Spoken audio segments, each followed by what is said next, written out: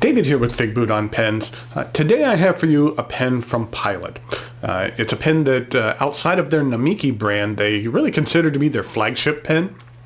And it's a pen that isn't readily available here in the United States. That pen is the Pilot Custom 845.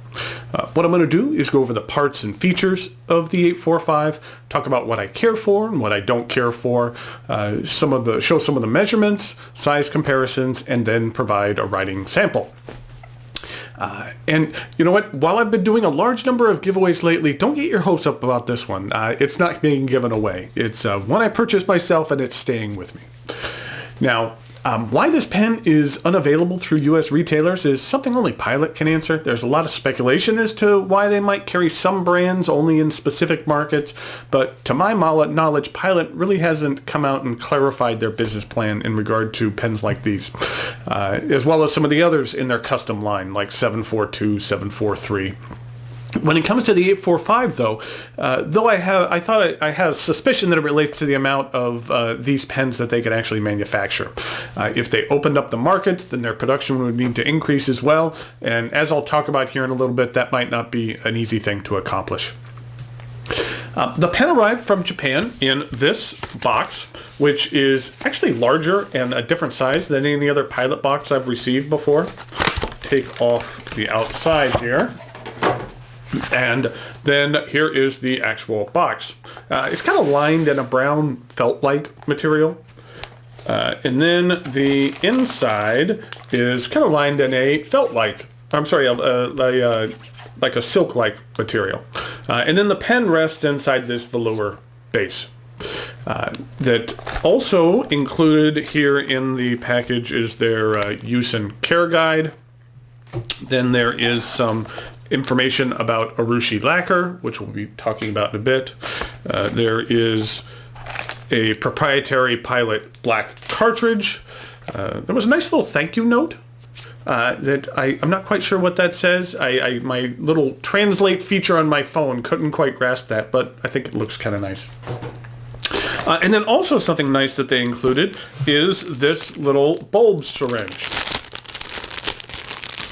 And I kind of like that it's a nice little bulb syringe used to clean the pen, and that their little insert here, they said that it's a cleaning pump, and it says, please use when cleaning methodically.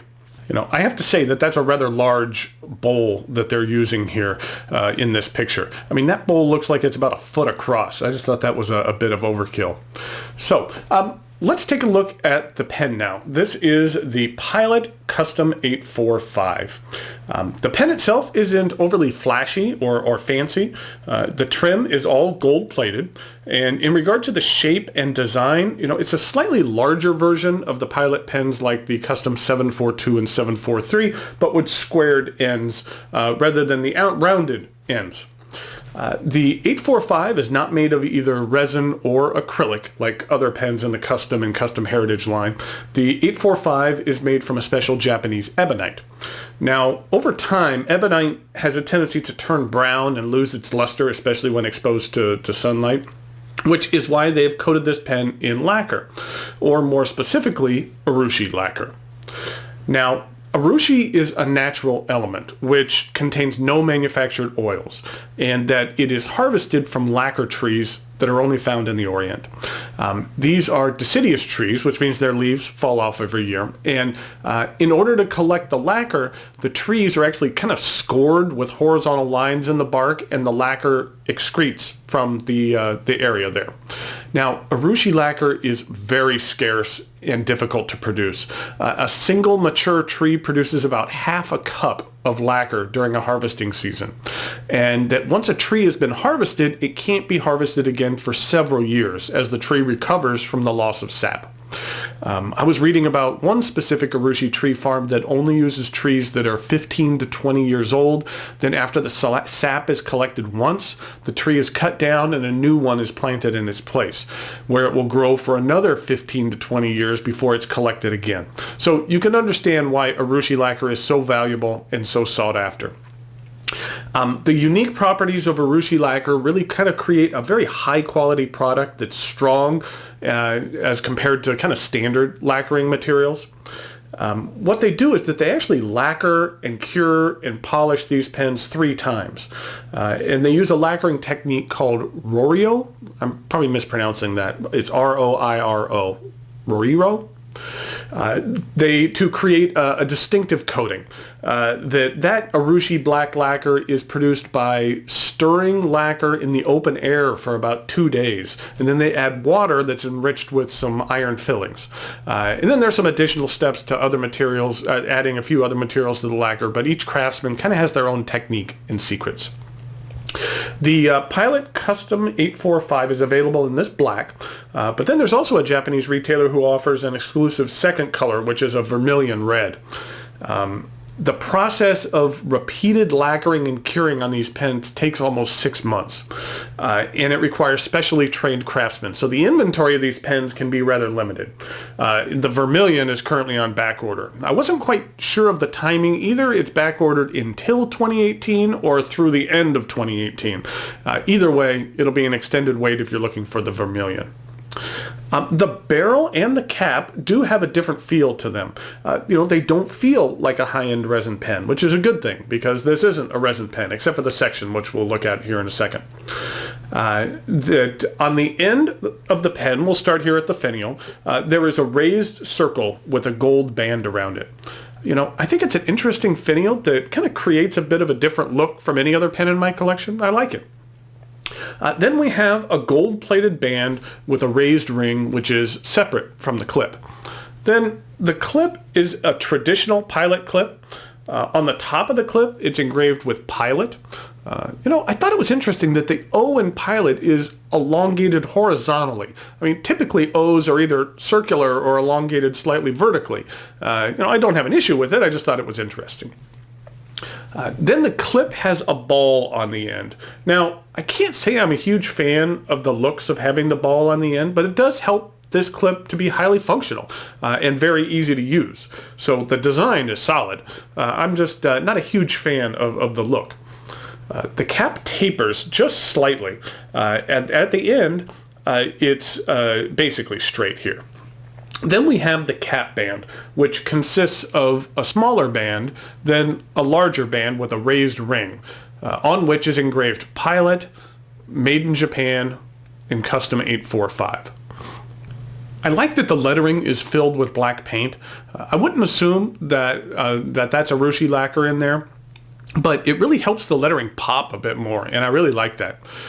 Right above the band, the cap is engraved with urushi, and the engraving in the lacquer is very shallow, just enough for it to be visible. There is a rounded step down to the barrel, which flares up just slightly. The largest part, or the thickest part of the barrel, is right about here. Then it tapers down slightly to another gold-plated band and with a raised ring. And then the end of the barrel has the same raised circle as the finial, but this one doesn't have the gold band surrounding it. The cap twists off to reveal this very cool 18 karat gold two-toned number 15 nib. This might very well be my favorite Pilot nib in my collection. It's just exquisite. It's very soft and incredibly smooth. Typically Japanese medium nibs from companies such as Pilot and Sailor have a bit of feedback to them, but for mine, that's really not the case with this 845. This thing is buttery smooth. It gives my Pelican M805 a run for its money in regard to the most buttery nib I own. I like it a great deal. Now, technically, it's the same nib which is on the Pilot 823, but eventually, even though my 823 is a medium like this 845, they actually feel significantly different. I love the nib on my 823 as well, but it has significantly more feedback and feels more like a traditional Japanese medium like you'd see on other pens. But I do like this one a lot. And then here's a look at the plastic feed. The section is resin and slightly flared at the end. Even though it's a different material, it doesn't feel drastically different than the barrel and the cap, so it's not something that stands out. To the eye, it looks very similar as well. Now, there was one thing about the section. The way Pilot molds their section leaves two lines, one on either side of the nib, or one on either side of the section. Now, on all my other Pilot pens, these lines are pretty polished down so that they're virtually imperceptible. On this 845, however, the seams aren't quite sanded down, so you could feel them a bit. Now, I will admit that I've had this pen for about 8 months, and it was nothing I really noticed while writing at all, so it doesn't bother me. But I examined a number of other pens, Pilot pens that I have in the Custom and Custom Heritage line, and all of those were polished down just fine. So that I just felt that it was slightly odd that they weren't quite perfect on their flagship pen. But like I said, it wasn't until I was really examining this pen for my review I noticed it, so it really doesn't bother me when I'm using it. The pen is very comfortable in the hand. It has a decent amount of weight, but it's not overly heavy at all. And the 845 is plenty long enough to use unposted. The cap does post deeply and securely, but I would say that it backweights the pen a bit, not a ton, but just enough that I would typically use the 845 unposted. Now, one cool thing that I do like about this cap is that the inside edge is lined with a felt band that will help prevent the cap from damaging the urushi lacquer if you do choose to post it. I wish more manufacturers did this, even on resin pens. I kind of like that feature. This is a cartridge converter pen that uses proprietary Pilot cartridges and comes with a Con 70 converter. I do like the ink capacity of the Con 70, and I like that you pump to fill this converter rather than twisting a knob. But I will say the Con 70 can be a bit more challenging to clean at times if you're changing inks and can't do with just a tiny bit in there. If you're changing from one distinctive color to another, that it sometimes can be a little hard to get in there and clean out. The Pilot Custom 845 retails for approximately $450, and the Vermilion version I mentioned sells for $540. And if you want to purchase this pen, you'll need to go through an Asian-based retailer or something like Amazon or eBay, since in the U.S. and I believe the European retailers as well do not have this pen available to them, which I think is unfortunate. You don't hear a great deal in the U.S. about the 845, and I think that this pen would garner a great deal more attention if it was readily available and then promoted by the retailers. Like I mentioned before, it's not flashy. It's not fancy, but it is very well built and it performs outstanding. I've been using this pen a great deal lately. I've had it sitting on my desk as one of the pens I was getting ready to review, and whenever I needed to jot something down or write a list, this is the pen I found myself reaching for on a regular basis. I care for it a great deal, and it'll be very difficult to leave this off my year-end top 10 list. However, I haven't decided how I'm going to form my top 10 list this year. My first year doing reviews, I kind of showed a progression of top 10 lists, and then last year I split out the top 10 list by price point. Maybe this year I'll do something a little different. We'll see. I like mixing things up a little bit. So now it's time for some measurements, size comparisons, and a writing sample.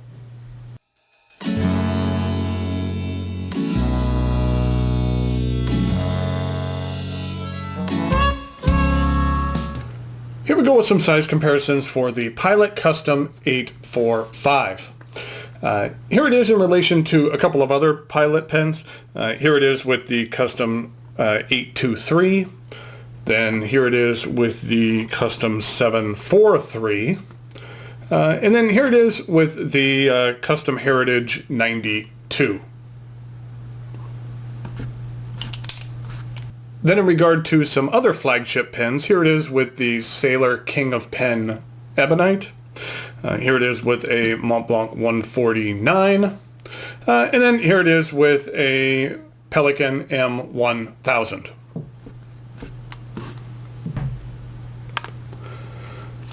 So here we go with the writing sample for the Pilot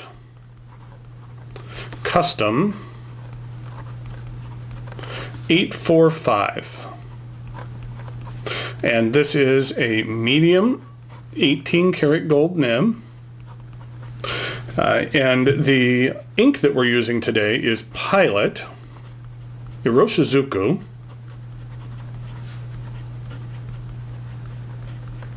Yamabudo.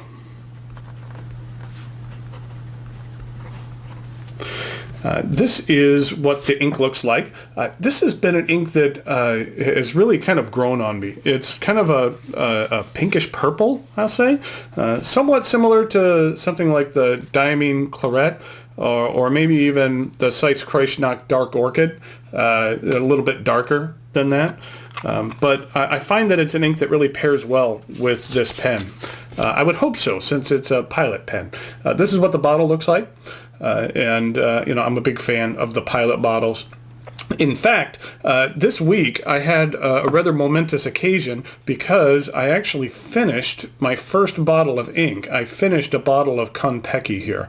And so I wasn't quite sure what I was going to do with it. At first I was wondering if I should clean this out, but I think I might leave those remnants in there. There's just a tiny bit in there, and I kind of like the way that looks in there. So at the DC show coming up in a couple of weeks, I'll need to pick up a new bottle of Konpeki. So here we go with the rest of the writing sample.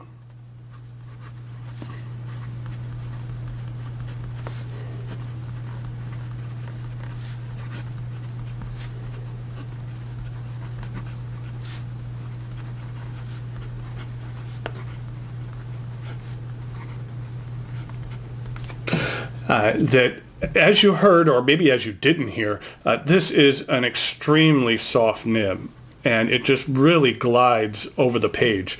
I pushed it a little too far there, so that's why it railroaded. But in regard to line variation, you can squeeze a little bit out of there, but it is a very well-performing nib. It's very soft and very smooth, and it is a bit on the wet side as well. In regard to reverse writing, it performs okay, nothing spectacular. And in regard to some fast writing,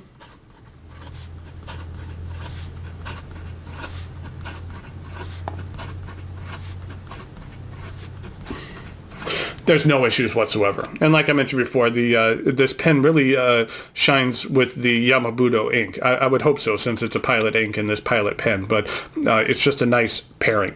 So here we have the Pilot Custom 845. Just as a clarification, just so you know their numbering system, a reminder, 84 is in regard to the years since the creation of Pilot, or the start of the company, that this pen was produced. So 84 years into their company history actually equates to the year 2002.